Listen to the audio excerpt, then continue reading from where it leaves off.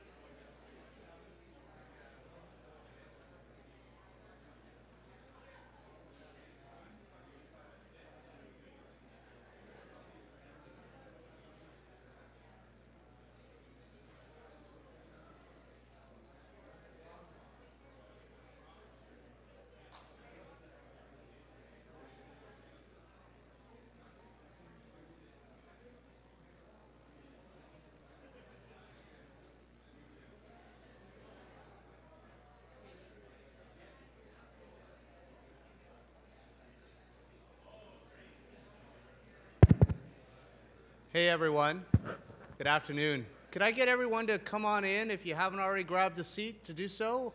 We're going to get started in about 60 seconds.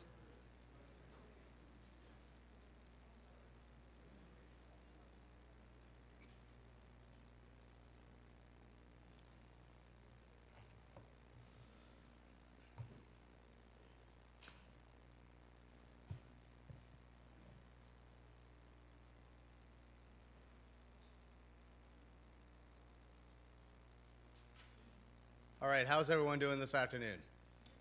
Okay, little excitement, a little bit. We'll try to build a little bit more as we go. My name is Bill Tam. I have the privilege of co-chairing the Digital Technology Supercluster. We are live streaming today, which means two things. One, I will repeat your questions so that everyone on the video stream can actually understand what we're asking and talking about here. And secondly, I think you just have to be on your best behavior because this is being recorded on YouTube. And we know how those things work. On behalf of everyone who's been part of the organizing committee, welcome to the information session. I think this is our fourth town hall session since we started this journey a little over a year ago. And so I'm going to be fixed to this podium. Apparently this is just one mic here, which is a little bit of an awkward thing for me because I like to move around a little bit, so bear with me. And I think we'll have more people join us through the course of today. And if people do, then we'll try to catch them as we do.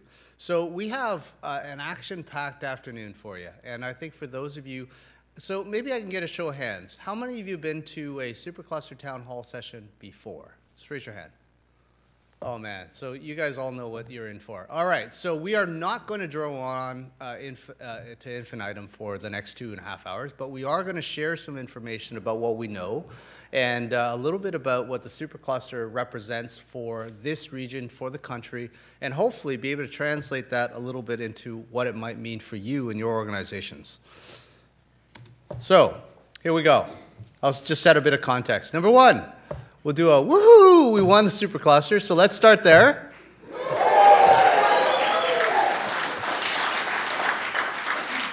It just gets easier from here, right? So that's awesome. And then the second thing we're going to do is we're going to talk a little bit about what is this Supercluster thing, how do the programs work. Hopefully out of that conversation we're going to inspire you to participate and demonstrate some ways in which you can get involved. And the most important thing about the Supercluster and what has actually been fashioned here is this notion that we can actually do more things together.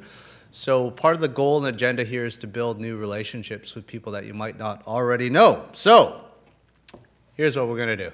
We're going to do a little exercise. And this exercise is intended for you to get to know all the collaborators that are in the room here with you. So what I want you to do is get up out of your chair, and for the next 2 minutes, I want you to go around to everyone that's in your vicinity and introduce yourself, the organization you're in, and why you are part of the Supercluster conversation. All right, ready, set, go.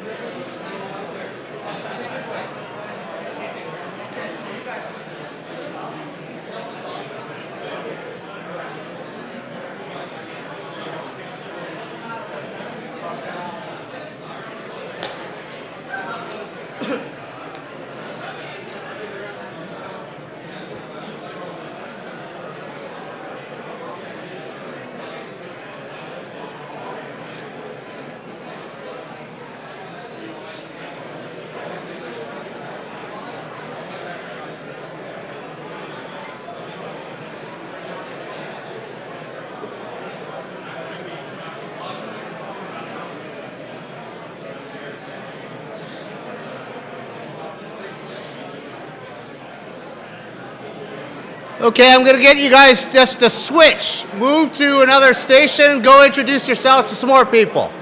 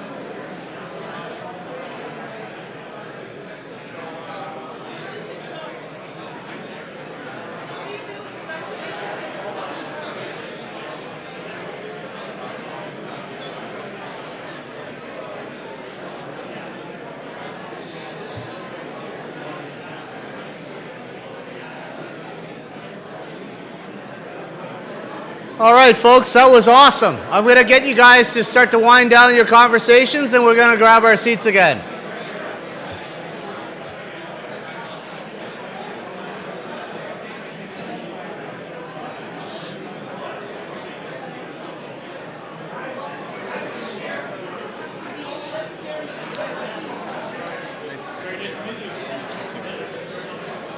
Okay, folks, if I can get you guys now to grab your seat, we're going to have lots more opportunity to do more of that afterwards as well.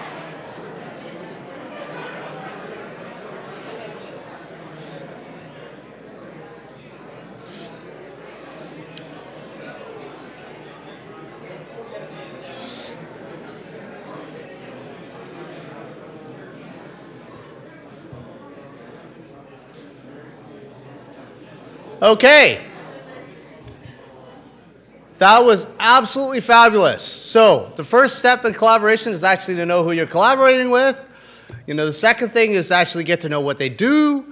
And then when we build the trust foundation and we get an understanding of what we each do, we are going to do magical things. So one thing that we did this morning, which I'm going to attempt to maybe do in a group setting here, is we did celebrate with some of the founding members this morning in signaling that we won the Supercluster, which I think is deserving of a bunch of high fives. So what I want you guys to do is just high five everyone in your area right now.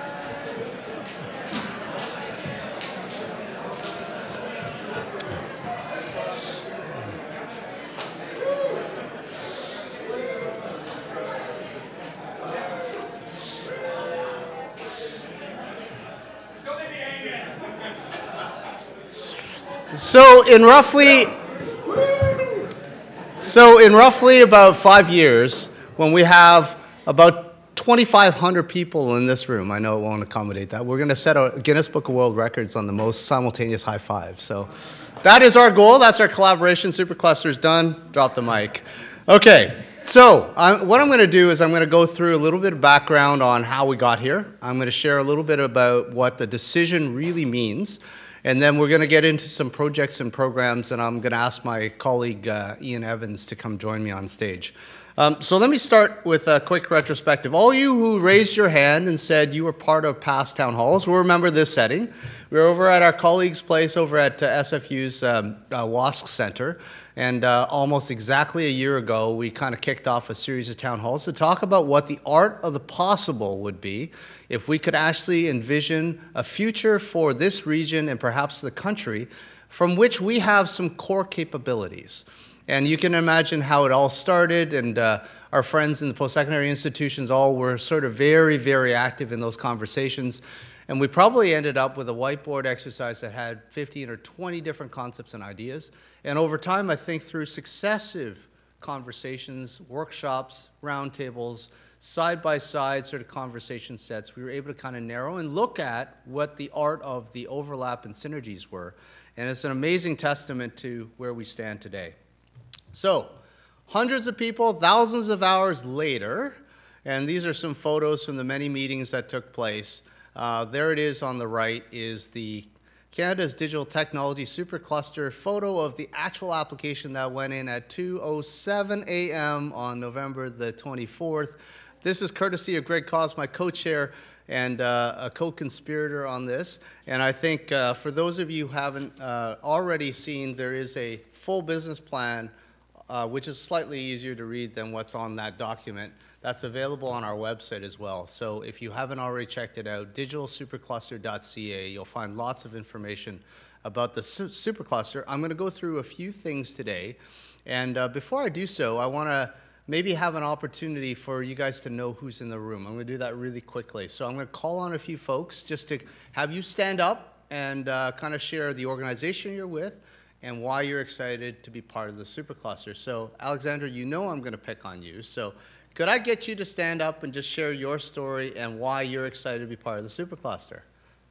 Hi everyone, I'm Alexandra Greenville. I'm the co-founder CEO of Care Team.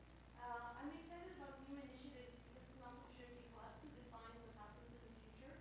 And I think some of the bigger problems we're trying to crack as innovation need multi-stakeholder involvement. So there being the project with CEPOL, STEMI, UBC, SFU can actually advance healthcare. Care Team is a digital health platform Fantastic. Thank you very much. I'm going to call on my good friend, Dr. Peter Payne, there to stand up and say a few words. Why are you here, Peter? I heard there was food. So I'm here representing the BC Innovation Council. So we obviously get a lot of inbound conversations on what is the digital cluster and how do we engage with that. So I'm here to mainly be ears and hear what everybody says and what they want it to be and how they want you to take advantage of it. Thank you very much, Peter. I'd like to call upon Dr. Peter Cullis. I'm here because we've been working for the last 5 years on the personalized medicine initiative, which has, I think, started to really educate at least me and a few other people with regards to the possibilities for personalized medicine and the opportunity we have to be one of the best, if not the best, in the world. And the Supercluster initiative is really pushing us very well in that direction. So it's a tremendously exciting possibility. Thank you very much, Peter. And we have guests that are not from the Lower Mainland. Go figure. Pilar, can you give us a representation for the Kootenays? Thanks. I'm Pilar Portela. I'm the CEO of I4C Innovation out in the Kootenays in Trail, BC, and we do industrial IoT end-to-end solutions, and we really are looking forward to seeing how rural can be part of all of this and how we can develop and continue to be part of this. So totally excited. Thank you. And last but not least, the snow belt of Canada, Victoria, BC. Charles from Lamazoo. Hi, everybody. I'm the CEO and founder of Lamazoo Interactive. So we do big spatial data visualization and training frameworks for kind of end-to-end parts task training and maintenance for heavy machinery and facilities. And we're really excited about participating in the Supercluster because there's a lot of talk about what AR and VR and IoT and blockchain and all of that kind of stuff, how does it come together? How do we build these big platforms that are going to provide solutions and solve big problems? And I think BC is really can be the epicenter for defining what these solutions are through the Supercluster.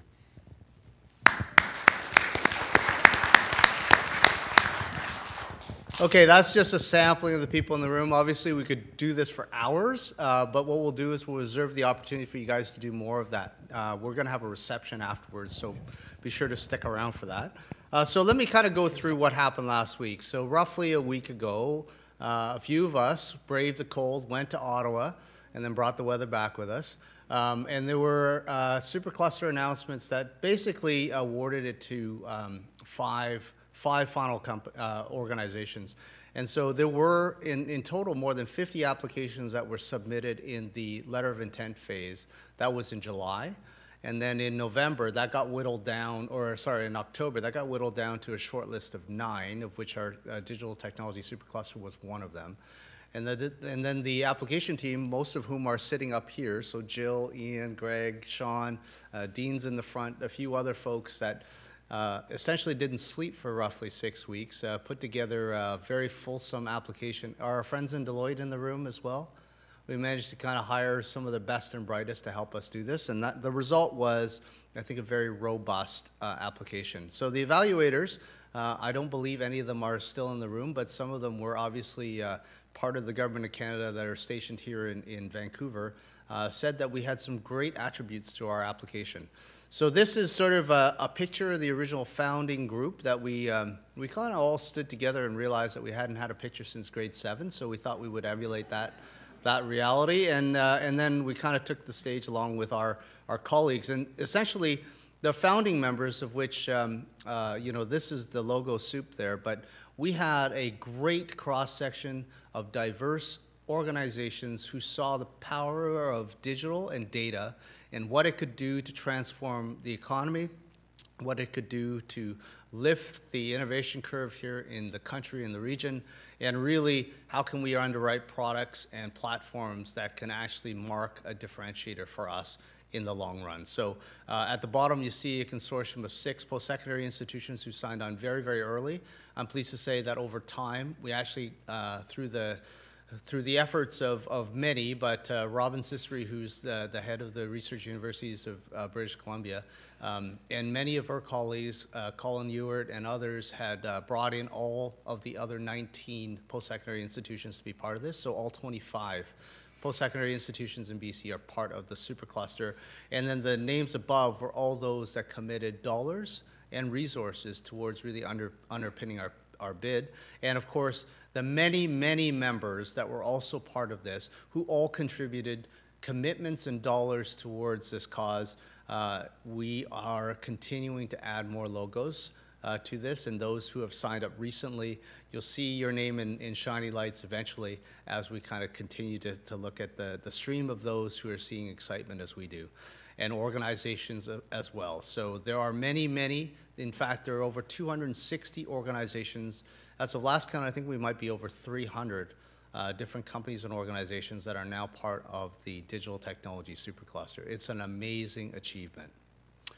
So let me just kind of recap the decisions from last week. So effectively, the 5 superclusters that were announced were, in addition to ourselves, the protein supercluster that's based in Saskatchewan, the advanced manufacturing supercluster that's based largely in Southern Ontario, the Scale AI, it's an AI for supply chain that's based in Montreal and Quebec, and then the Ocean Supercluster that's based in Atlantic Canada.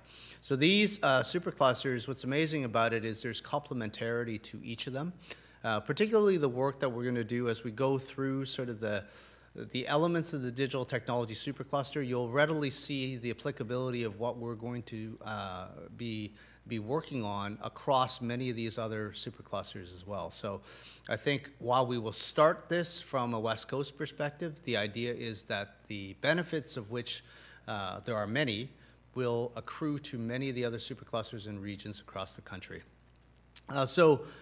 For those of you who aren't familiar with the supercluster definition, I will bore you with that definition right here on the screen. But I think that the key things to say is that it really is this gathering, right?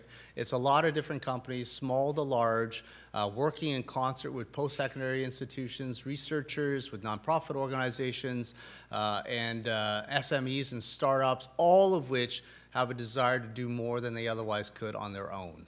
And out of that, it will result in ideas and solutions and innovations that will be brought to market in a faster and more meaningful way with connections to customers right out of the gate. So that's roughly the idea around superclusters. Now, from the Government of Canada's perspective, what they were really pleased to see is that this engendered this notion of working together that we hadn't seen at scale before in this country. So they were really pleased, and the announcement that happened last week, and again, just about an hour ago with Minister Qualtrough, is that the overall envelope of all 5 superclusters had more than 450 businesses, 60 post-secondary institutions, 180 other participants in sectors, and importantly, covering 78% of those areas that we deem to be the Canadian economy. And that there will be, as part of this whole thing, a strong effort to also make sure that there's opportunities to bring the next generation of talent and to embrace sort of the virtues of diversity, to bring those benefits to bear, especially as we look at the Digital Technology Supercluster and what it might mean in terms of revolutionizing how people participate in the economic outcomes going forward. So here's the vision. So raise your hand if you've actually read through our business plan. Okay, there is a test. There is a test afterwards, but you know, here it is. Here's the pulpit speech. As we all know that we are living in a digital age, and more, virtually every industry sector on the planet is being affected by this digital revolution. The question really is how we are not just going to be succumbed to that reality, but how we actually propel and drive that outcome. And how, in the positioning of Canada, we can become a global leader in this whole evolution that can really unlock the potential of the data sets that we have in an era where the intelligent framework is really what's going to rule competitiveness in the future. So the mission, I think, I can kind of characterize in the following way. You know, the first part of the mission is to create a critical mass. And we already have a great start, right? We have some fantastic technology companies here already. But to create a greater base, a sustained base, a scaled base, a world-leading digital technology companies in the region, and that can develop and create the markets for products, platforms, and processes that can be sold all over the world. The second area is part of the mandate for the supercluster is to look at how these transformative technologies can be applied to improve the outcomes of the core industries that we call part of the Canadian economy. And so this whole notion of digitization of business and delivering productivity and competitive gains for all of the industries that are important to us is also front and center, and why, when we go through sort of the set of member companies, why the diversity that we've actually created in our collaboration has been so important. And finally, the idea of growing the economic benefits, not only for the region here in BC, but also finding the conditions where this will propel the growth of more companies. It will start to position us on the world stage as the innovation hub that we've all sought to be for many, many years, and ultimately a magnet for capital and talent that hopefully can rival any other jurisdiction on the planet. So here are the strategic objectives. You know, the first one is, as we're exemplifying here, is building the partnerships and alliances that are going to help us construct the foundation of success. The second area is, of course, around scaling up the capabilities of our small and medium-sized companies and increasing sort of the veracity, the performance, and the entirety of the ecosystem. The third is to have more and more globally competitive companies, not just in technology, but in a wide range of different industries for which these digital technologies are going to apply. And ultimately, the name of the game here is about people. And so if we can actually build those underpinnings, then we can attract more, we can actually build the breadth and diversity of the talent base that is part of our ecosystem. What's interesting as we brought people together was that the whole notion of collaboration was sort of a word that didn't have sort of the instantiation of what it really meant. So we spent a fair bit of time over the last several months working on a framework to codify the values by which this had started. So going back more than a year when we were doing town hall sessions and discussions, and the spirit by which people were engaged in those conversations, and how we really kind of took stock of the fact that everyone had meaningful contributions towards sort of a greater outcome. So our Charter of Values, which is going to be enshrined in the creation of the supercluster in all that we do, is the following. Number one, again, the diversity of not just the companies, size, the diversity of industries, the diversity of representation, the diversity of gender, all those elements contribute towards sort of more broad thinking around the things that we can do. Transparency. One of the things that we embarked on very early on was to make sure that the information flow of what we were trying to do was as available as it possibly could be, which is why our supercluster information, our business plan, all the details of projects is all published and is all online. So that's the spirit by which we want to have more and more people participate. If they know what's going on, they can certainly choose to be part of this collaboration. I don't have to talk about collaborative because obviously that's the core of everything. One of the important aspects, though, is that you can be collaborative, but if you don't have an objective in mind, if you're not results focused, it's really just going to be a lot of talking. So a lot of this is really about designing things that will have an outcome and a clear deliverable around it. One of the elements that we know deconstructs or creates divisions within collaborations is when people are driven by self-interest. So one of the most important aspects in our value system is that this is actually geared towards the greater good. And system-wide benefits. So that behavioral mix is going to be super important when people start to say, hey, I've got this great project. It is really good for me, and we should do this. And so those are the kind of the governors that we'll have around selecting the kinds of things that are worthwhile for the greater good.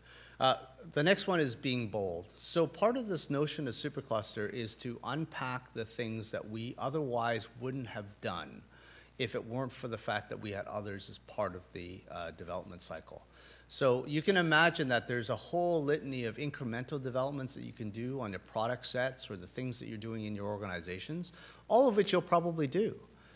That is not the intention of the supercluster. You don't need a supercluster to do that. You can do that on your own. The idea here is to envision a set of challenges and problems that clearly you would not have on your own chosen to pursue, and because of the shared risk model, with government dollars and dollars of investment from others around you, your soon-to-be best friends, that is what makes the return on investment equation, the risk elements on this, worthwhile. And finally, I think, as we've tried to do, is to govern this with a level of respect and dignity to ensure that everyone feels that they have a place in this collaboration. So that's our Charter of Values. Make sense to everybody in the room?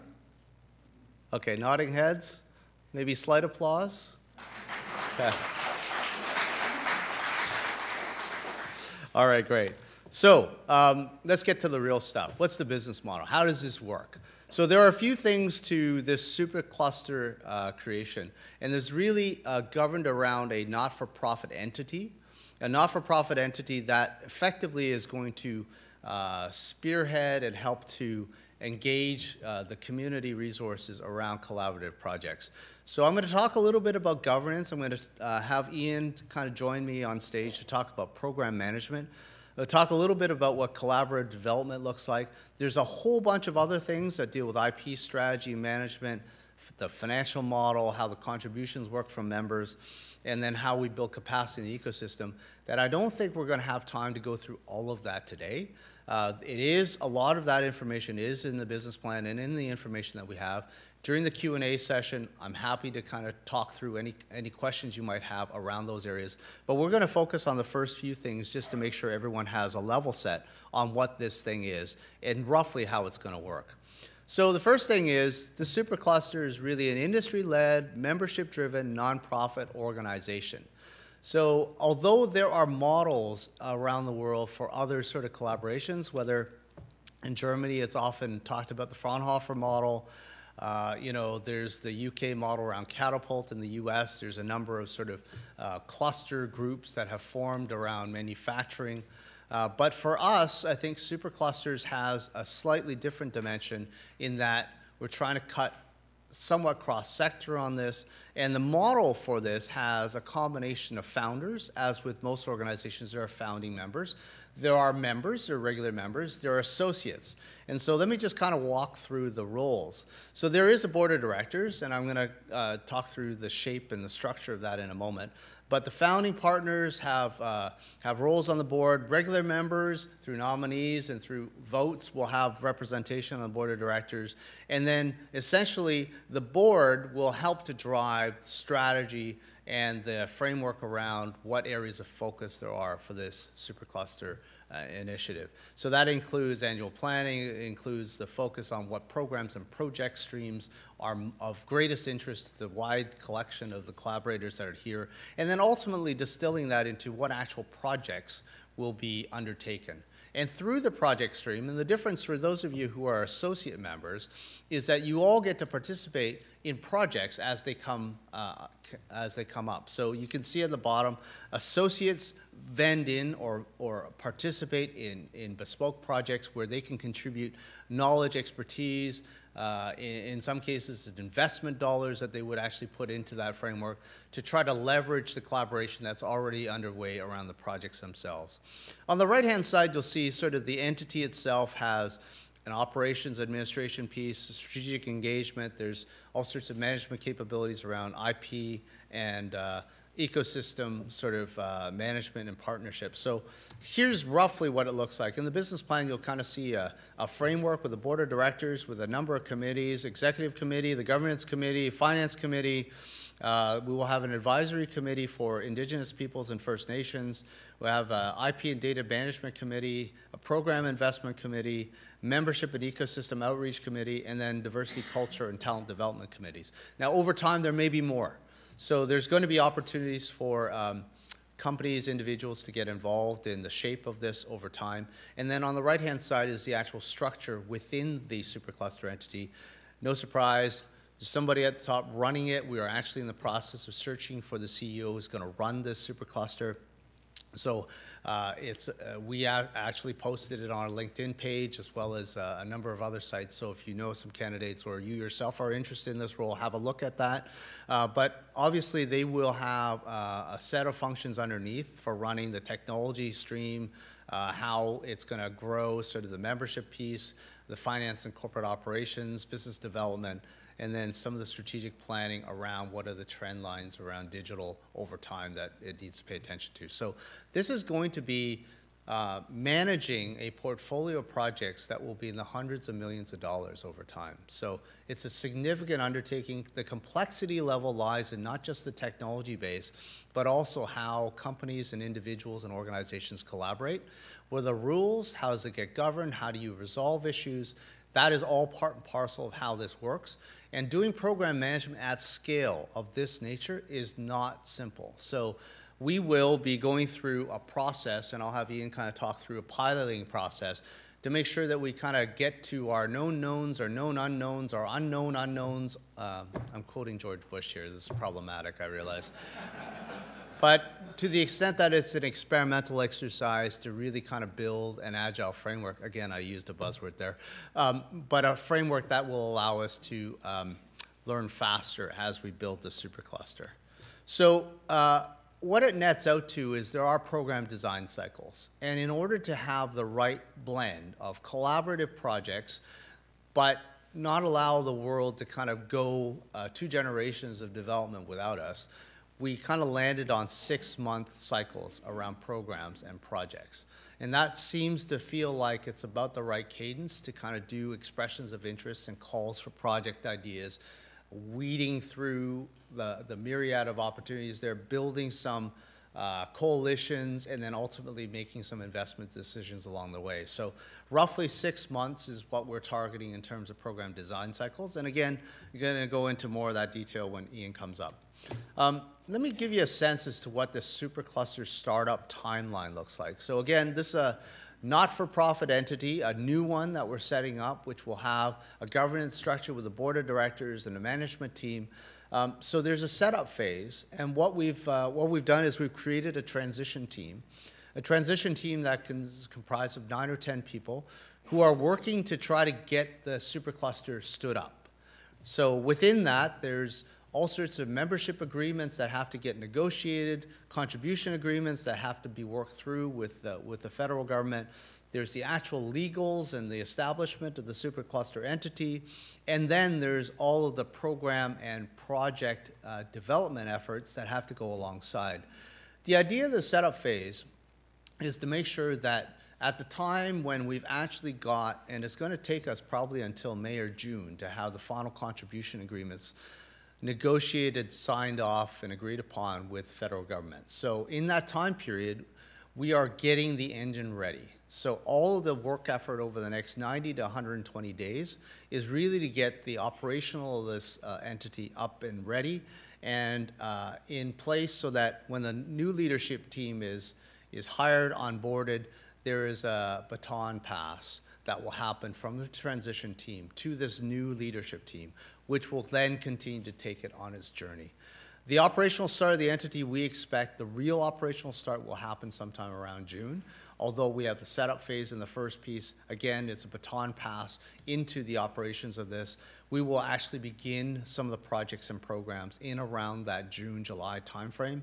And then that will also be an opportunity for us to just pause for a moment because there are many, many, in addition to the roughly 260 to 300 members and associates that have already joined, there are many, many more waiting in the wings to be part of this. So it's a part of our exercise to make sure that we've got a good management process to onboard new members and to make sure the existing members have an opportunity to participate in the projects that get put forth.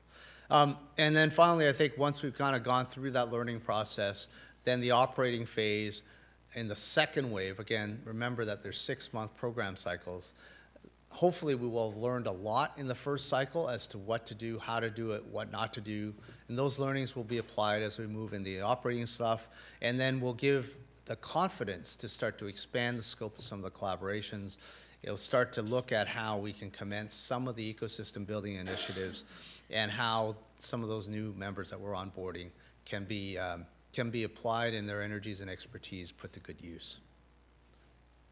Good so far? Okay, so how does that translate? That's roughly the first 12 months. This is a long-term project. In fact, in our business plan, we mapped this over 10 years. And in those 10 years, we said there are roughly 3 distinct stages in this supercluster evolution. The first couple years is really about initiating the collaboration. It's about getting people used to this rhythm of working together on projects and programs at scale. Not an easy exercise. It's probably muscles that we have not used in the past. So that whole learning expedition is what's going to form the first couple of years of it. We figure, like, when we wrote the business plan, we said maybe a couple hundred organizations. I think it's probably going to be bigger than that. We figured, we'll do a handful of projects per year, and over time, when we get to stage two is when, okay, now we understand what we're doing. We're going to accelerate the path. We're going to do a lot more projects and programs. That's when we have more organizations, more projects, that sort of thing. The collaboration starts to get a little bit broader, and then in the final stage, even more so. So over the course of the next 10 years, our trusted economists that ran econometric models up and down for probably roughly 6 weeks said, if we do this well, we can actually do more than 100 projects. We can probably look at how the economic contributions could be up to $15 billion of GDP contributions over the next 10 years, which is an amazing amount. That's a tall order. It's not what I'm asking you guys in the room to do, but I think that's the scope of the opportunity. So what it really looks like is this. These are the projected outcomes. As I said, 15 billion cumulative GDP. And then most importantly is this idea that we can move products along, but out of these collaborations, can we actually create new platforms? And everyone that's in the tech biz knows that there's a big difference and almost a stepwise change when you can do something at a platform level.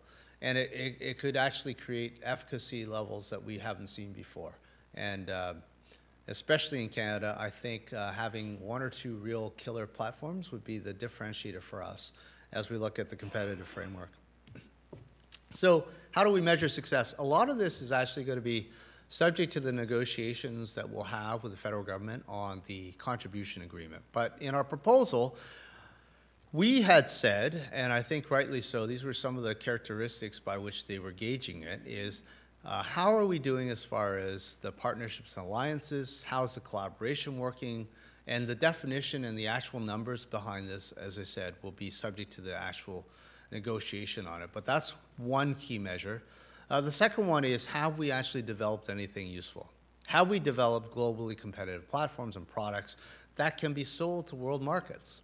At the end of the day, that is the goal of this supercluster. The third one is, of course, around world-class talent. Have we been able to kind of have a net increase in growth, not just in engaging more segments of the population here, but also attracting the best of the world, because we're doing something unique and special here in British Columbia and in Canada. And finally, around the economic impact, which were some of the numbers that I shared earlier. I'm going to pause there. So, happy to take some questions on that front end, because I know there's a lot there. For those of you who have been part of the ride for a while, you've seen some of these charts. You understand that there's been a lot of work in the background to think through things.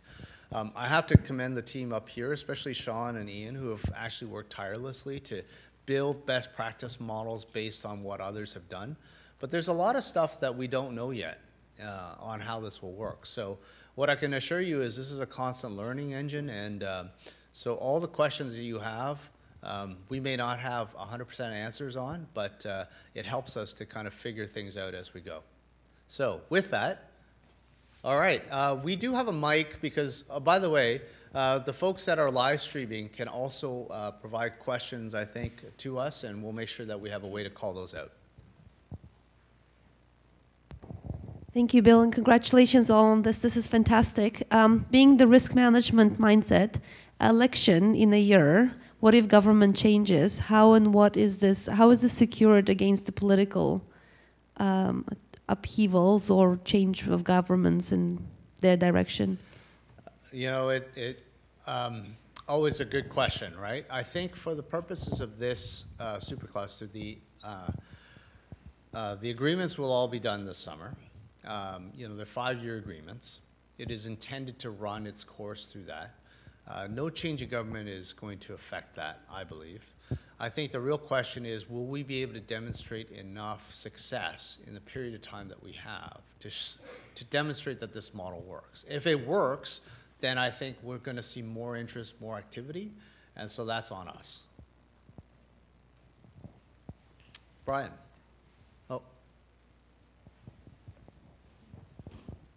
Oh, maybe you can introduce yourself too. Brian Buggy, Vancouver Economic Commission. I'm really interested for each of these projects, presumably all kinds of IP is going to be developed in this sort of shared collaborative spirit. I'm really curious about how IP is going to be managed. Any thoughts or forecasts on that? Absolutely. Front? So, and I'm glad you asked that question. So, in each of the project streams, the governing model for project engagement is something that we're calling a master project agreement, for which all of the participants in that particular collaboration will be party to. It is within those agreements and the constructs around that that the IP is actually set out. So there are some basic rules and foundational pieces which has to do with, well, when you're participating in this, the background IP that you bring into this will remain your property. And so all of those sorts of guidelines are part of it. The incremental IP that's developed, there's a shared use set of principles around it for the purposes of the development. What happens afterwards to the IP is all negotiated as part of that master project agreement. So what we have done is deliberately not created a huge IP operation as part of the entity, but rather allowed the participants to negotiate those IP arrangements within the construct of the projects themselves. Okay. Other questions? Yes. Oh.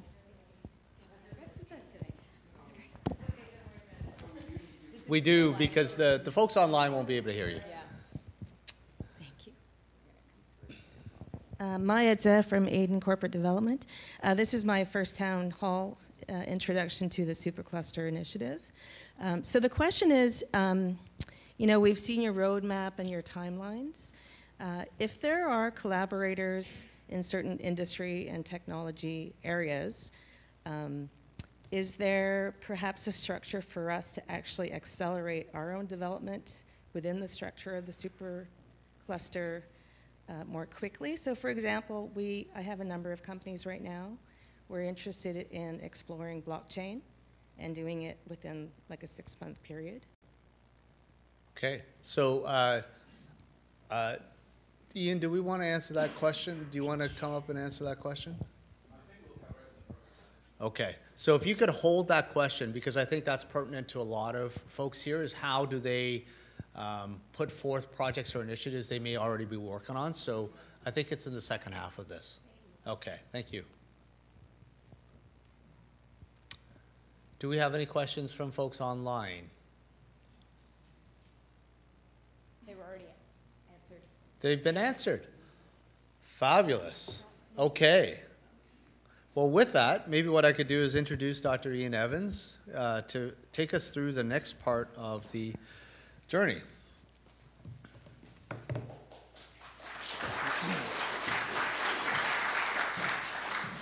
Thanks, Bill. It's a real honor to be able to stand here today and to describe how we're going to translate what we put in the application and this document into a robust program that actually delivers upon the promises that we made in the application. And Sean and I have spent, and many others have spent many sleepless nights writing the application and making a robust narrative around what we're trying to achieve. And really, that's for naught if we can't really programmatize that. So my job today is really to recognize two things, so that to ground level you guys, which is we've established the transition team on Tuesday, so we've spent about 48 hours awake thinking about how we're actually going to translate this across. So it's not set in stone. But we're also here to demystify the processes and the mechanics that we're putting into place so that you have a good level set so that we can embark on projects and programs together. And we've really been building this for you. And engaging in a lot of conversations to understand how do we not only use best practice, but how do we ensure that that's grounded in the ecosystem in which we're trying to operate. And that ecosystem is diverse. It's multi-sectoral, it's got multiple different technology angles, it's got new emerging areas like blockchain that we will need to account for. And so we're trying to build, as we grow this, an agile models by which we learn, we stress test items within the program management so that when we launch in June, fingers crossed, that we've actually got something that's robust. So we started with a small set of design principles that we acknowledge if we can't deliver on these, if these are not built into our program management, then we're going to fundamentally fail out of the gate. So the design choices that we make must balance a series of interests, our members and our founding member cohorts, to ensure that there's a clear ROI on the projects that they're engaging in. That ICED creates the economic benefits across Canada through the Supercluster program, and that the ecosystem that we build and sustain can sustain the capacity and the ambition that we're trying to achieve here. The second major area is around the need to build the mechanisms by which we get funds through programs to projects. And the theory behind the entire program structure is that we can align the diversity of programs and opportunities that consolidate around what is quite a small ecosystem relative to other parts of the world. We're not alone in the world in terms of going after digital technology, and we need to find together the areas in which we're really going to make a difference. And then the third part is really around how do we ensure that the projects are aligned with the program goals? How do we ensure that we're educating the community so that we're bringing the right groups together, that they're embarking on journeys where there is a meaningful outcome, and that the technologies that they're developing together actually have markets that are already engaged in that process. So that we're not throwing technologies out into the world saying, let's hope we find a market for that cool technology. But those markets and those pathways are built as part of Supercluster projects.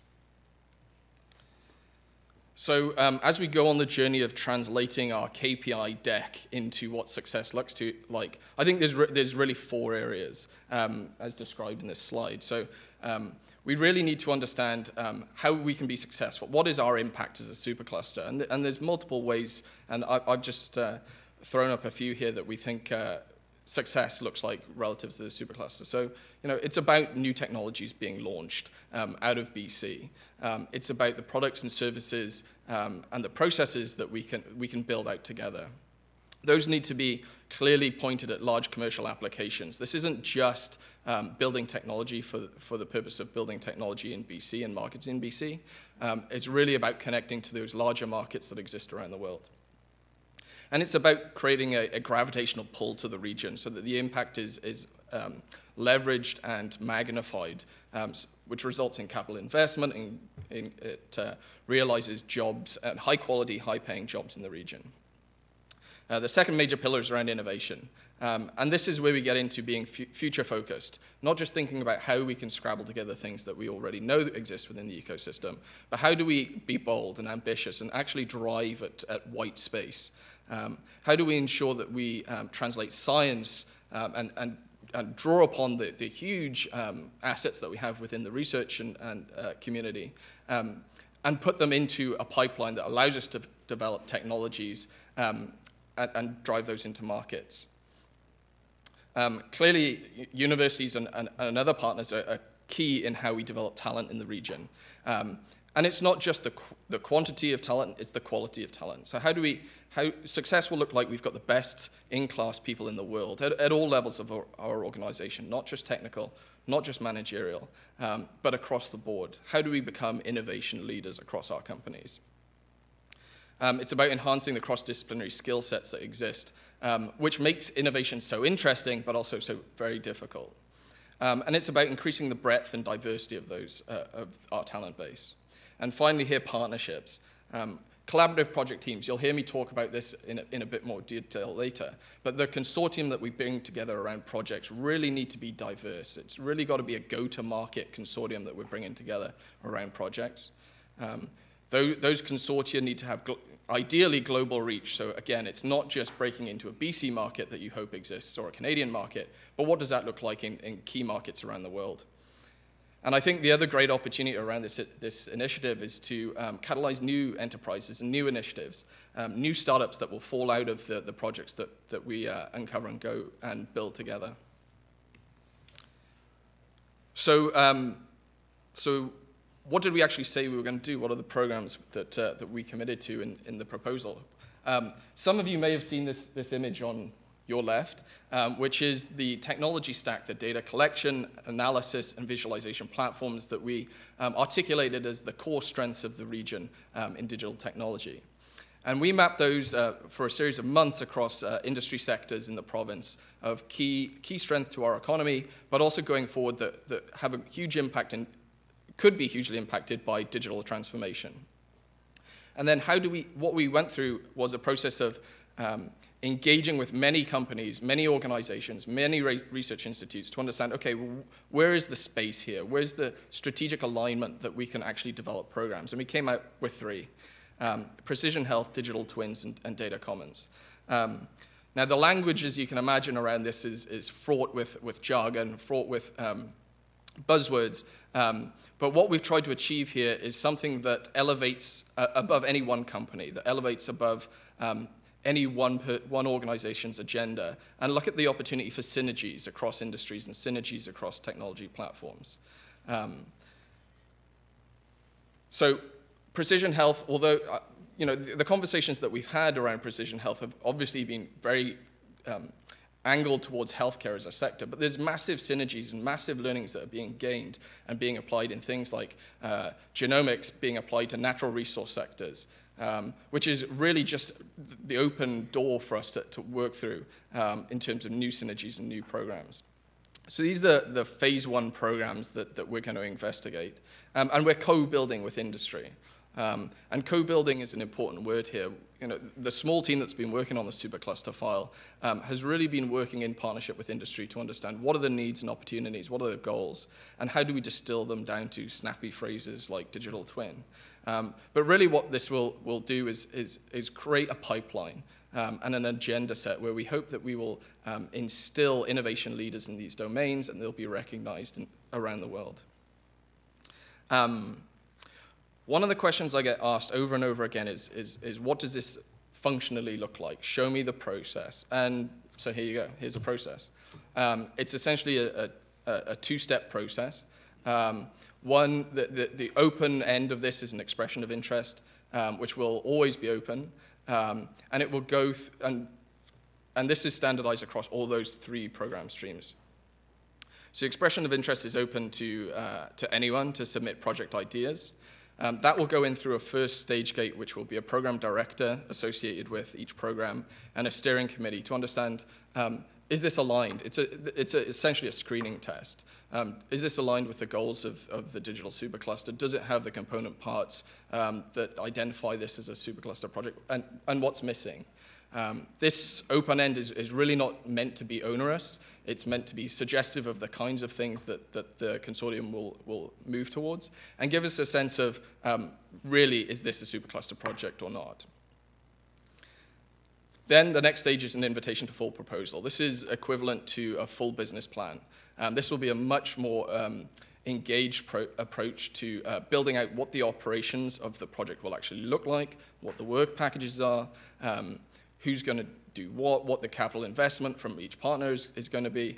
And we'll be going out, once that's submitted into our program pipeline, in many cases that will go out for independent review, both on the technical side and on the business side. Once we've received that full proposal and got recommendations, it will go to a project investment committee, and that project investment committee will aggregate those full proposals, as Bill said, on a 6-month cycle and make decisions. And those decisions will be made by the board, and then it's the responsibility of the lead of that project to help us work through the master project agreements, which I think everyone is clamoring to get a hold of, and what are the terms and T's and C's in the master project agreements.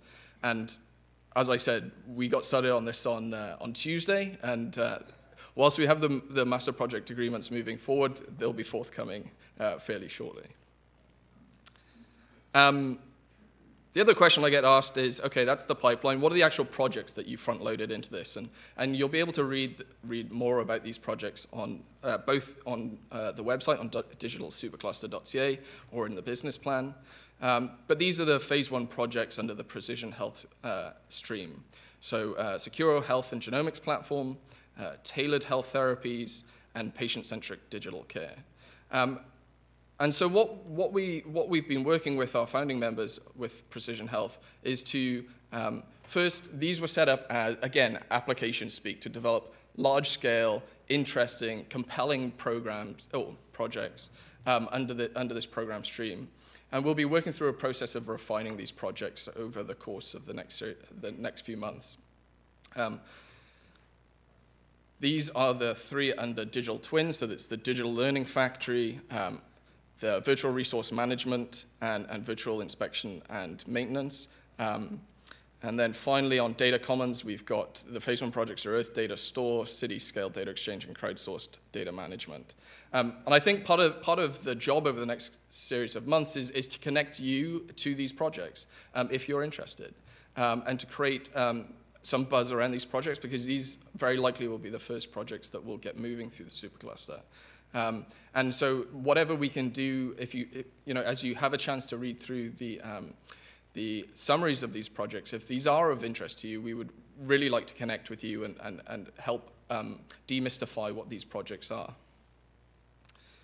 So that's on the technology stream. Those 3 programs are on the technology stream. We also have a stream around ecosystem development, because the supercluster really is around how do we build this region, and how do we build for the greater good.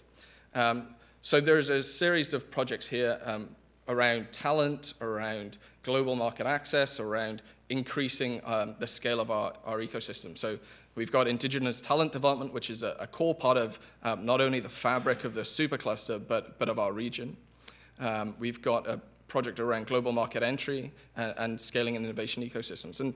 And a lot of what we're doing on ecosystem development is understanding how, you know, the supercluster can be a thing. And we're working on trying to define what that is. But it's also not other things. And so we're working really hard with partners in the ecosystem to understand, you know, how do we not cannibalize what we're already doing? How do we partner in with existing entities like BCIC, like Wavefront, like Life Sciences BCs, to make sure that we're not duplicating what's already been done, but we're actually catalytic through our programs, and that we're doing it in partnership with entities that exist here and are doing really well. So how do I get involved? So Bill talked about the high-level plan and timeline which we have around the supercluster, but I think it's fair to say that it's really going to be June before we open the gates officially, and that we're going to be putting out calls and expecting responses. But come and talk to us, because we really want to help build the best quality projects and expressions of interest we can during the time that we're working.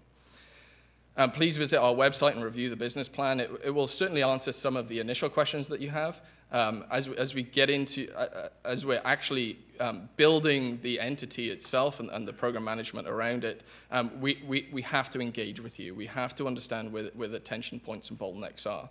And the more that we're engaged in talking, the better organization that we can build.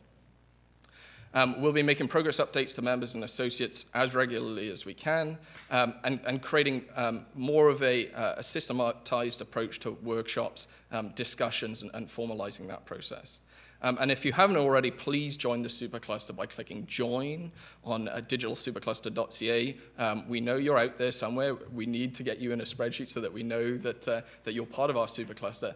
And as Bill said, it's growing really rapidly. Over 300 organizations is fantastic. If you want a person to jump on and say, what's going on, please tell me more. Dean Pralazzi is your man. Dean, can you just stand up so everyone can see? He is your man. He was brave enough to put his email address on here. And so Dean, do you want to say a few words? No, it's great to be part of this. For those of you that don't know me, I spent quite a bit of time over the last 8 years with the BC Innovation Council, working within the context of the community, trying to rally people around programs that would move the needle forward for companies, for technology, for innovation, and I hope to be able to keep doing that for you over the next 6 months, and helping the team here launch the program while also building a robust group of engaged companies and importantly citizens of BC's tech community. Thank you very much. Thanks, Dean. And before we get going, so Dean is actually brave enough to put an email up there, but he's tricky enough to not put the right one. So it is actually D. Prelazzi. It's Prelazzi. I called him out on it. So we will update that for those of you who are watching the live stream, and that will be on our website shortly as well. Great. Thank you, Francesca.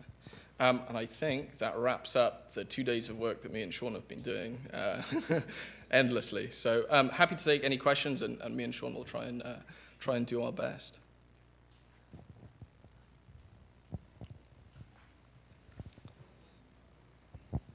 Hi, I'm Darren Stevens, CEO from World West Technologies.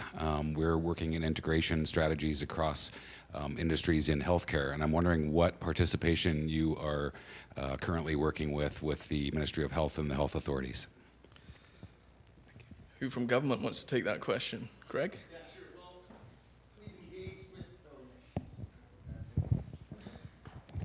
Well, we've engaged with We've engaged with the St. Paul's and local health authorities. There's a lot of initiatives that they have going on that fit right into this. As well, we have a lot of health organizations from around the country that have joined, and I can't name them all. Bill, maybe you can just give us a little rundown on what we got. University Health Network in Toronto, so Princess Margaret, Sick Kids Hospital, Terry Fox Foundation. Right, so a whole plethora of them. And the government itself, they're coming on board. I can tell you that much, at least not betraying any confidence. It's a big step to move into a brave new world. So we're going to try and use the Supercluster as a bit of a leadership thing to show them how to get there. So.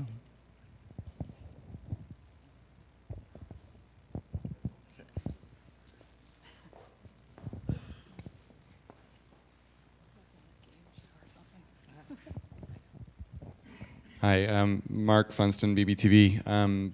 In terms of any platforms that are developed as a collaboration between all the companies involved, the proliferation, once a platform is ready, where does the onus lie in terms of getting that into the hands of the people that can use it, and what might the participants' role be in that? Sure. So as I mentioned, we really want to see consortiums that have end user uptake and participation in the actual development of the platforms. So we'd love to see end users of technology actually being part of the work packages that are being undertaken. Right? Part of the challenge here is how do we de-risk the development of technology, and one of the ways that we think that we can do that is by having end users being active participants in projects. So to the extent at which you might not yet have access to those end users, there's a big community here, and there's lots of opportunities to start those conversations now. So in terms of the project consortia, and this will be part of the application guides and the project selection criteria that we'll make very transparent to everyone, we would love to see end user engagement in projects, and it will become a key consideration in the projects that we fund. So to the extent at which we can help you find those markets, help you find those customers and engage them, and quite frankly, there's quite a growing group of organizations who demand technology to be part of their future strategy, and I think of companies like Shoppers who are here so that they can get access to technology companies. We'd love to make those connections and make sure that those projects have that level of participation. And I think that really speaks to one of the key elements in the Supercluster, which is quite active program directors who are actually helping to build projects with you. the supercluster could very easily stand back and just administer whatever comes in through the door. But I think we're not going to get the benefits of the ecosystem and the inheritance of different industries overlapping together and the possible synergies if we just sit back. So we're really hopeful that we can work hard to actually build those pipelines and consortiums with you.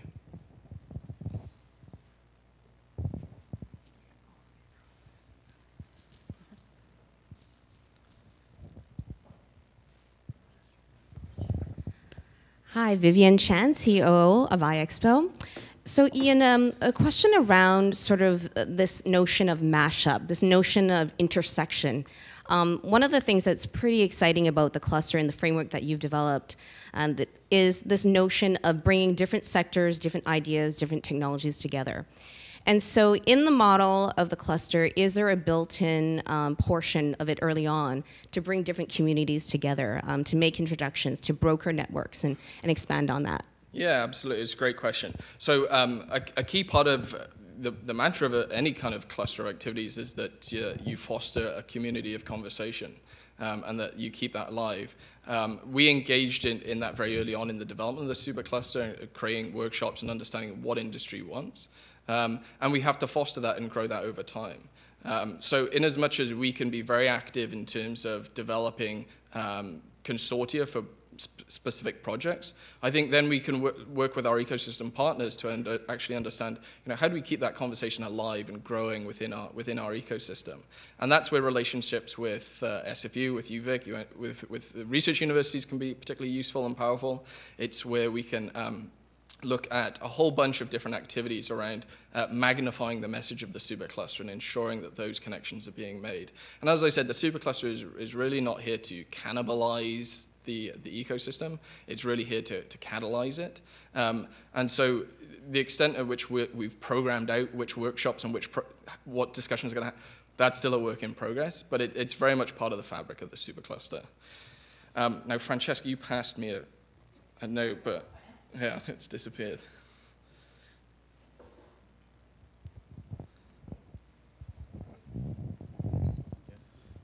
All right.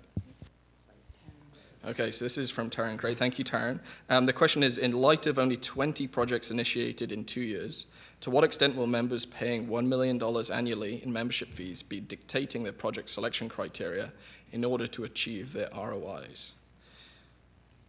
Okay, let me just let that sink in a second. Okay, so I think that's actually talking to Deloitte's projections on projects and how much actual flow through of projects we're going to have. Ultimately, companies will be engaging in the projects that they develop. This isn't a pool of capital from the industry side that will just be doled out willy-nilly. You will be partnering on and investing in your own projects. So the extent at which $1 million a year will help dictate project selection criteria. No one company owns the supercluster, I think, is the important message here. What we're trying to do is build the project selection criteria to the highest quality that we can, that lets us realize the success factors that we've been looking to achieve, and to actually adjudicate on the idea of being the greater good for the ecosystem. So I think that's a fair assessment. Is it, gents, any other? No? Okay. Hope that answered the question. Anyone else? Yeah, I have a question. So it's Michael Bidu with Interface Health. So there was a slide there, a couple of slides actually, about the initial projects in precision health, for example. And you say phase 1 projects, secure health and genomics platform, tailored health therapies, and patient-centric digital care. The question I have is, how did you end up, what was the criteria to get here? Are these strategic projects? Are these pre-approved projects? There's already, because it seems to me like there's some companies who are behind those projects already, but maybe I'm wrong. Yeah, no, there's certainly companies behind these projects. I think the important point to first make here is for the application process, we had to identify some compelling projects that ministers could understand and that would be descriptive of the kinds of things that our ecosystem would undertake.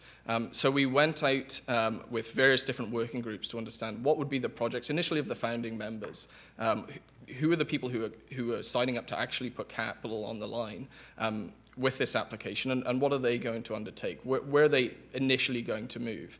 And so these 3 projects are, in many ways, an aggregation of maybe 60 different projects that got proposed. And part of the challenge that will certainly be faced is how do we then deconstruct them back out to actually operationalize those through the supercluster in the initial phase. There is an expectation with these projects from ICED that we will be doing these projects. And so part of what we would like to achieve in the next certainly 120 days is how can we connect relevant companies to these projects? Because there's certainly a narrative and an abstractness around these projects that is great for an application, but actually building out the operating work, the plan for them, and understanding where the gaps in those projects actually lie will co-evolve as we build out the program management back end as well. So are these set in stone? Yes, we're going to be doing these projects. Are they set in stone to the extent that companies are locked out of them? No, there's not. There's still very much a lot of conversation that can be had around these projects. When you say they're set in stone, does it mean they have been approved already? There's an expectation from ICED that these projects will be undertaken. So they will go through the same process of project selection, and we'll be working hard to ensure these are high-quality projects. But as I said, there is a high expectation from ICED that these will be actually executed.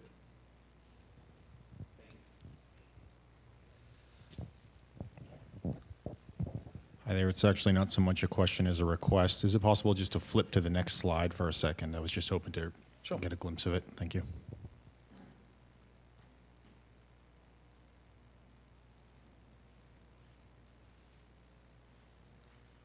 Jill, do you want to grab this question while we're thinking?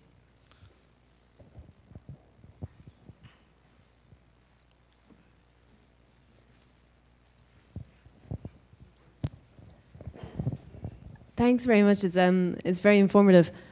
Can you tell me how you plan to source other companies coming from other markets who might want to be here in BC to be part of this? Sure. Well, we're really in a great position to have really an amazing group of core founding members who, the likes of TELUS and Microsoft and Tech, and who have tremendous connectivity to organizations, not just in Canada, but around the world. And we're hoping to amplify our message so that people are aware that this exists. And so we're really looking for network effects to get the message out and to engage with those communities. We're also working hard with the other superclusters to understand there is certain overlap between advanced manufacturing supercluster, for instance, and our digital supercluster, where we can amplify the message around not only innovation in Canada, but the connectivity between companies that might sit somewhere in between. So this is really a network effects game to understand how do we leverage the 300 companies that we have, 300 organizations that we have, to get the message out alongside our own mechanisms for doing so.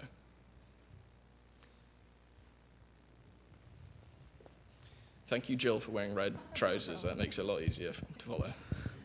I think one of these slides discussed commercialization, and I just had a question about the resources and the easing of friction, because right now as it stands here in BC, if you were to talk about it, you've got like the International Business Development with the Ministry of Jobs and Trade, you've got the Vancouver Economic Commission, the Board of Trade, you've got all these different resources, but for a company to actually leverage them, it requires a lot of jumping around, and they have to know what actually exists within those resources. So my question is, when it comes to commercialization, or expanding your networks both locally and globally, what is your kind of goal in, and who are you hoping to bring into that? And who is going to be able to access those kinds of supports? Is it only going to be for the projects, or is it going to be for the wider members? Yeah, no, that's a great question. So again, there's two parts to this. Again, what is the supercluster and what is it not? And how well is it connected in the ecosystem? Fundamentally, it needs to be very well connected in the ecosystem. It needs to understand what it is and what it's not so that it can deliver on its programs, but also then direct its membership and associates in the right direction. like we've been really lucky so far that we've had old sages like Bill and Greg who've been central in the province for a very long time. Long to me anyway. Sorry. To help guide us on parts of those journeys. But you know, if you look at our supercluster, yes, it needs to get technologies out there, but it really needs to make an efficient ecosystem here.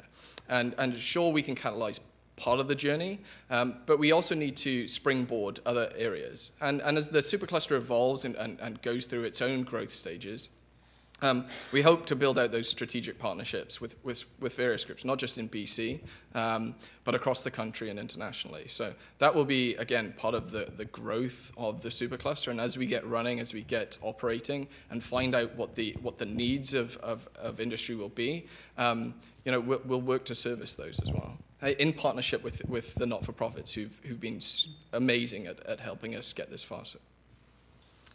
So Peter Cullis, I have a question with regard to governance. It strikes me that the companies that are putting money into the supercluster to match the federal funds are necessarily, from a fiduciary point of view, going to say, okay, I need to get my money back out. And so in many ways, how is the governance going to take account of that, you know, the projects that certain companies put in, because they're putting a lot of money, matching the federal funds, are necessarily going to have to be funded. What's going to be left over for, say, companies that maybe can't put in so much? Yeah, absolutely. Bill, do you want to take this one, or do you want me to have a crack? Yeah. So, just because, Peter, I've been doing startups forever, so I understand the feeling that many people have about how this will work. The mechanics that Ian kind of demonstrated around the process on expressions of interest, the evaluation of projects, the independence of the review committee, the actual board sort of governance around that applies to every project that's there. Now, what we've done for founding members is provided a small sort of what we call a green light option for parts of their dollars to green light, not all of it, parts of their dollars to make sure that the projects that they really want to advance can get advanced in some way. But as Ian had said, this supercluster does not belong to any one company, let alone like just the founders. And so what's incumbent on this conversation is, like, for sure, when we get through the early part of this conversation and the startup phase of this entity, it's important that we have projects that are ready to go. We've got participants ready to invest. And I think at the very beginning, there may be a whole collage of ideas that everyone can contribute towards, but without the evidence of investment, it is hard to move it forward in this initial phase, and we need to demonstrate some early success. So I think a combination of those things and adhering to the principles, the values that we set out right from the very beginning, is what's going to keep us on track. So I think it's a long answer to your question, Peter. It's a very good question. I think the governance model on it is designed in a way that we've created a constitution that helps to self-correct itself around bad behavior. So hopefully that'll give you some comfort for now. But it is a learning exercise, without a doubt.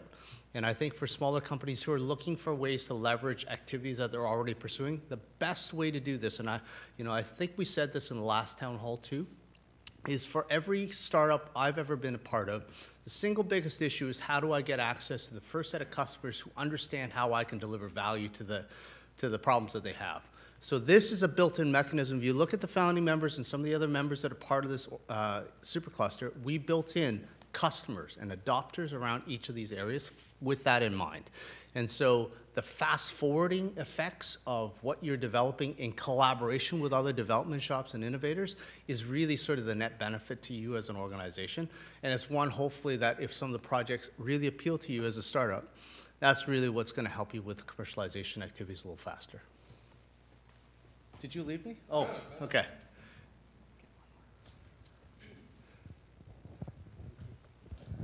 So Mohammed Hafida from SFU. So how do you see universities contributing to this supercluster? Great question. Having worked in a university for quite some time and continue to interface to many, I think there's a multitude of ways. The research universities of British Columbia, which include UBC, UVic, UNBC, SFU, in partnership with BCIT and Emily Carr, have been instrumental in actually driving a lot of the supercluster narrative forward. So I think there's a couple of ways, and what we're trying to create for the universities actually right now is a cheat sheet to help navigate it, because universities are big, complex, multi-headed hydra that can do many things. So I think there's various levels. So certainly the contract research is one area where close interaction with industry to understand their problems and challenges in terms of how do they actually get technology out, not just on a technical side, but on a social acceptance side and the psychology of engaging in innovation and adoption of technology. I think it's a super interesting area for universities to engage. For the production of really highly talented people, developing new programs that are aligned to the needs of industry, I think and SFU's doing a lot of work in terms of novel programs that are being developed, both in and around visualization, for instance, which I know is a particular strength. And then there's certainly an advocacy role, getting the message out into the community, making the huge student population excited about the possibilities of staying in this region as well, and ensuring that there's a pipeline of highly qualified people who can actually see opportunity. And that might be through internships and co-ops. It can be through design programs and challenges in partnership with supercluster projects. I think that's a huge opportunity for universities to engage. Universities also have a lot of infrastructure, and they buy a lot of things. So they can also be a target market for certain technologies and can be an interesting access point to those. There are also increasingly, I think, in BC, fantastic generators of spin-out companies that can bring new perspectives and can get, aside from the challenges of working with university startups, which I've got a very scarred history, there's a lot to be done there.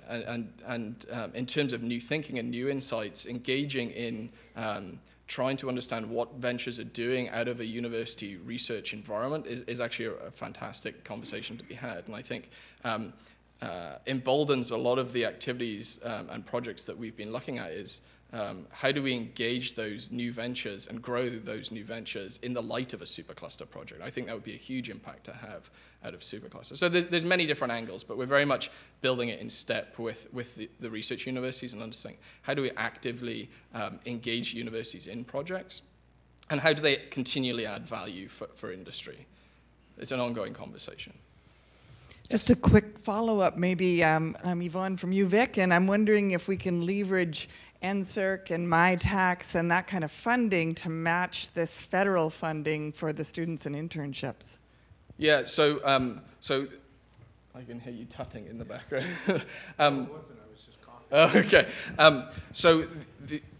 It all comes down to the individual projects, of course, and what needs to be achieved there. But the expectation is absolutely we would be looking to NSERC and SSHRC and CIHR to add those elements of research into these projects. If we ignore them and we don't do it, we've left, first of all, a lot of money on the table, a lot of opportunity on the table, and the idea, universities fundamentally function on those sources of funding. So to be able to utilize the supercluster to increase our ability to win research grants, to undertake research that's directed and applied to industry demand, I think is a huge opportunity and something we're going to obviously be looking to leverage as we can. Yeah, in the same vein, I hear that Ontario is matching their supercluster to the tune of $200 million or so. So is Quebec. What is BC doing? Yeah, Greg, what are we doing?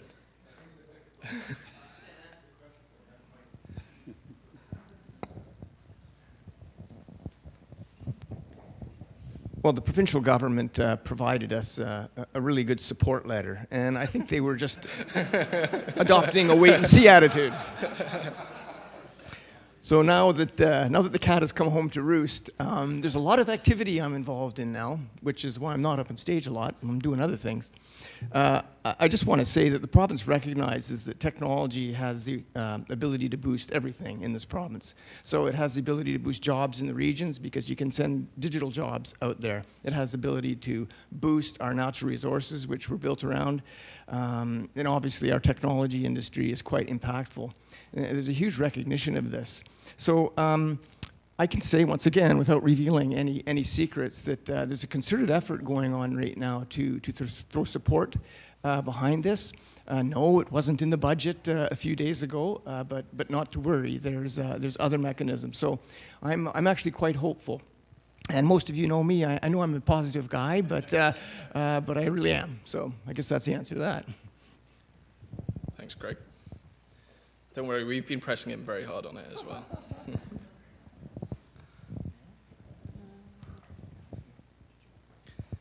Are there any other questions out in the audience?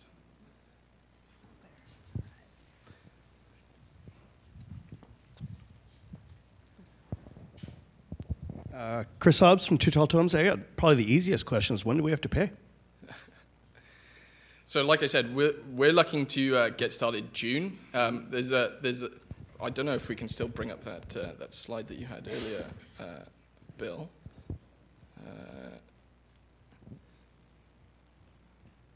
So we would be looking to get projects off the ground really from June onwards.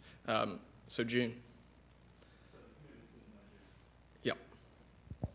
You know, the commitment will be obviously tied to the projects that you're associated with as well. So will money start flowing from your accounts to Supercluster projects in June? Well, it depends if you've got a project ready to go. Sorry, can I just... Maybe you need to... From my understanding, for example, when I spoke originally, we were saying in for like $250,000, $500,000 yearly commitment, which is fine. The question is and maybe I'm misunderstanding, do you mean we have to do it per project, or do we just put it in, we're in, and then we figure it out from there? That's a great question, Chris. So how many of you folks in the room are actually members as opposed to associates? Okay, a number of you folks. So the members, as part of the application process and how we constructed this, participate, as I showed in the governance model, based on making a commitment on an annual basis of a certain amount that they will put towards projects of interest. So in the governance model, which was part of the onboarding that we'll do with all the members, we're just working through some mechanics with some of the founding members at the moment, is that what we will have is basically the commitment will have a certain proportion of that commitment annually that will go towards the program management side of the equation, and that will help to fund the operating entity, the supercluster entity or whatnot. It's roughly going to be somewhere between 10 and 15% of your annual commitment. So that's really what your payment in June would look like. The balance of what your commitment looks like annually, you can apply towards the projects that are of greatest interest to you at Two Tall Totems. So you will look at the portfolio projects. You may even be involved in some of the conversations around what kind of projects and whatnot. And you get to direct the dollars according to what's of greatest value to you as an organization. Does that answer your question? Okay. Okay, I actually have a question from the live stream audience. So this is from Reza, saying from the company perspective, how is the supercluster different from the NSERC Collaborative Research and Development Grant, where the government matches the industry contribution towards a certain project? Thank you, Reza, for that question. That's a perfect question to ask. So, you know, one of the things that's unique about the Supercluster program, it is not like any of the other federal programs that we're all accustomed to. This is not an IRAP program. This is not an NSERC program. It's not you know, you're doing a development project and you're looking for funding to support from the government. This is not what that is.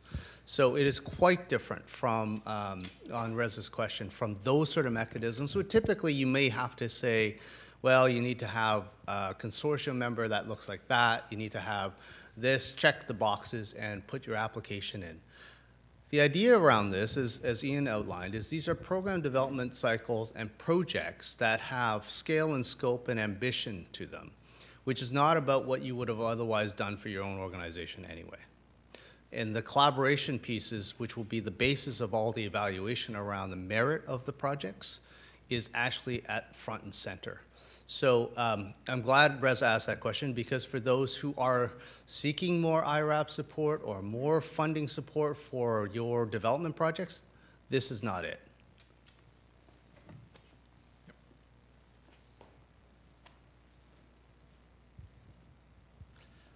I didn't mean to tamper the enthusiasm with that comment, by the way.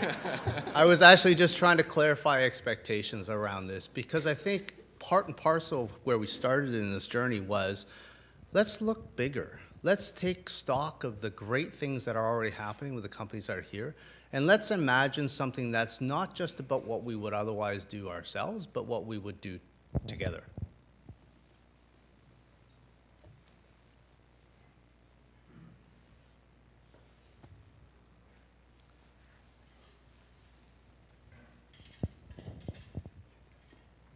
Thanks. I'm one of the people in this room that thinks this is really great. I'm so excited about it. But it does feel like, as somebody who'd like to contribute as an associate, we need a project to dig into. It seems to me that a next step might be to get everybody who's interested in healthcare into a room together without everybody else, so we can focus. Is that something that would happen really soon? So great question. Again, I come back to the fact we built the transition team 2 days ago. So absolutely, the idea is now that we've got a working framework to move forward on, is to take some of the ideas around the project concepts and whatnot, create a bit more shape and scope to them, then call workshops and sessions for folks to get together and talk about what they can potentially contribute in expertise around each of these. And not to set any expectations, it probably won't be tomorrow, but we're going to try to get those set up as quickly as we can. Any rough estimate? Well, I think what we have to walk through is sort of a framework for all the ideas that have already come in, and the founding members that we just had a meeting with this morning. I would anticipate that it's probably going to take us a couple of weeks at least, maybe towards sort of the middle of March or thereabouts, or towards the end of March, we'll be in better shape. One of the things that is also in our minds is that we're trying to run parallel tracks around the program development, engagement with the community, and also negotiating all the particulars with the federal government. So there's an order of operation that we're not quite sure how it's all going to operate yet. This is why it's hard for us to commit to specific dates at this point. But rest assured, it's at the front of our minds as to how we engage in a broader context.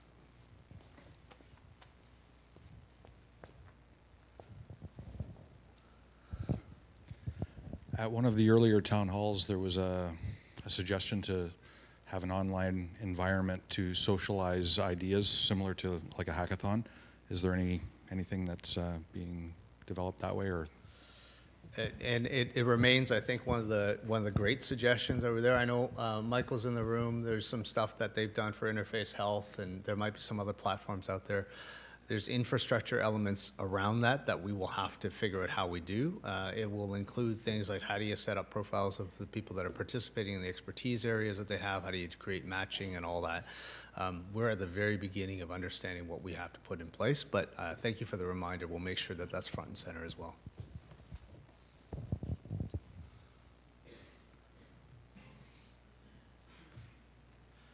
All right, well, that was a fantastic set of discussions and questions. We're a little bit ahead of time, but what we're going to do is see if we can advance the reception portion of this gathering. It's a chance for all of you who haven't had a chance to meet each other to do so in a social setting and to get to kind of know each other on both the business perspective and some of the ideas you might have. Before I close, I just want to acknowledge, so Nick Facey's here from Finger Food Studios, and I think, are any of your colleagues here, Nick? Okay. So I want to thank, I don't know if anyone's here from LNG Studios, but Finger Food Studios and LNG Studios work together to help us with some of the creative. This effort really has been a massive, massive volunteer effort. What brought us to this is a number of people who felt passionate about what we could do together as a region. So we've all contributed sort of time and energy towards this. This masterpiece is the work of Finger Food Studios. There's also a VR app That's available on App Store and on App Store and on Google Play. It's a commercial in VR. If you have you know, some sort of VR headset or you've got cardboard or whatnot, you can download it and play it. It's just super interesting for people who have not had that experience. It was really effective when we used it with government. So I want to thank our friends at Finger Food for all that you've done. Thank you very much.